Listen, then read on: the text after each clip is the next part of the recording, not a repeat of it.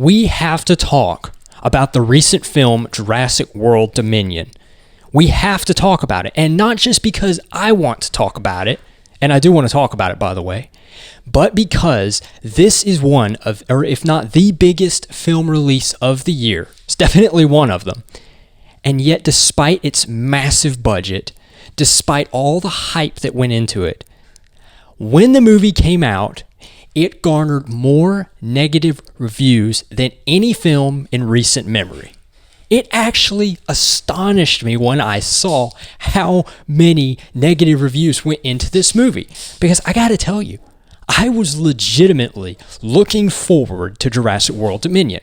And I don't just mean in a sense where, oh, hey, I'd like to see that. That'd be pretty nice. I ain't got nothing better to do. No, I mean, I was looking forward to it. I mean, if there was pre-release stuff, I read it. I wanted to know, couldn't wait. And the reason is simple. I love the franchise. I really do. I'm a raving fan of the original Jurassic Park trilogy done by Spielberg. I consider it one of his crowning masterpieces. And I really loved Jurassic World. Absolutely loved it. It's one of my favorite movies. And I really like the Chris Pratt character in it. There's just so many things about it I like. I loved Michael Giacchino's just sweeping score. And I thought Fallen Kingdom is actually a really good movie. I thought it was well put together and well written.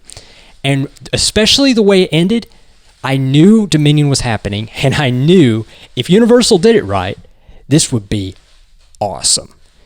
Came out, the negative reviews, well, guess what? I have had a chance to actually sit down and see it for myself.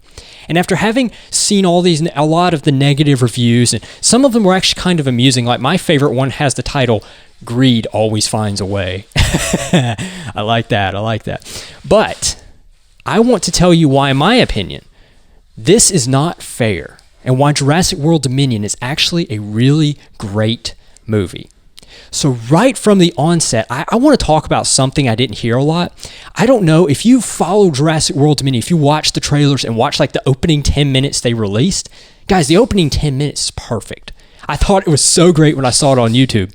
But when I sat down to watch it, there's actually another opening. That's right. Believe it or not, the first 10 minutes that Universal dropped on us is actually the deleted opening, which I got to tell you, doesn't really make a whole lot of sense to me because, in my opinion, it was perfect. I love the way it paid a tribute to the original films right in the beginning. And then you had a very realistic situation, like if dinosaurs were released on the world, maybe a T-Rex is vandalizing a movie drive-in, right? I mean, that was a really good scene, but it actually starts off different. And not in a bad way. You're hearing a news reporter talk about all these dinosaur sightings wrecking havoc everywhere. You're seeing cell phone footage. I mention this because some people dog this, but in my opinion, it really did add to the film and kind of contributed to the realism. And while we're talking about realism, can we just acknowledge that this is actually the first movie that Steven Spielberg came back for? That's right. Spielberg, I believe, was simply a co-producer for the original World movie, but for Dominion, they actually did it with Amblin Entertainment. So this time, Mr. Spielberg is the executive producer, which means the special effects are great. They're absolutely fantastic. And if you watch that movie, I think there's just going to be some scenes you can pause and just go, hats off to the production crew, because you guys did a great job. But I know what you're thinking. What, okay, if it's so great, what's with the negative reviews? Why did this happen? I know exactly why it happened. I can tell you exactly why it happened. It's because this movie took us all by surprise. Okay, so if you guys remember Fallen Kingdom, I just want to get one quick thing out of the way. There is such a thing as writing yourself into a corner. And Universal nearly did it. There is such a thing as trying to build up your sequel so big that you actually can't give it the finish that it needs. There is such a thing as that. And multiple movies have done this. We won't name names. Dominion didn't, but right at the end, what did they do? Monstrous dinosaurs are released all over the world this time. And apparently now there's a human clone. The world's very first human clone running around on the world. Stay tuned for more. Okay. To create a sequel with that's a pretty tall order. But what Universal did that took us all by surprise is while the first two World movies were definitely all about dinosaurs, okay? Killer dinosaurs running around, wrecking rampage, disasters and whatnot, lots of screaming and bullets, and a whole lot of roaring. That's basically it. Dominion went in a completely different direction. And if you're going into this movie, you need to understand something.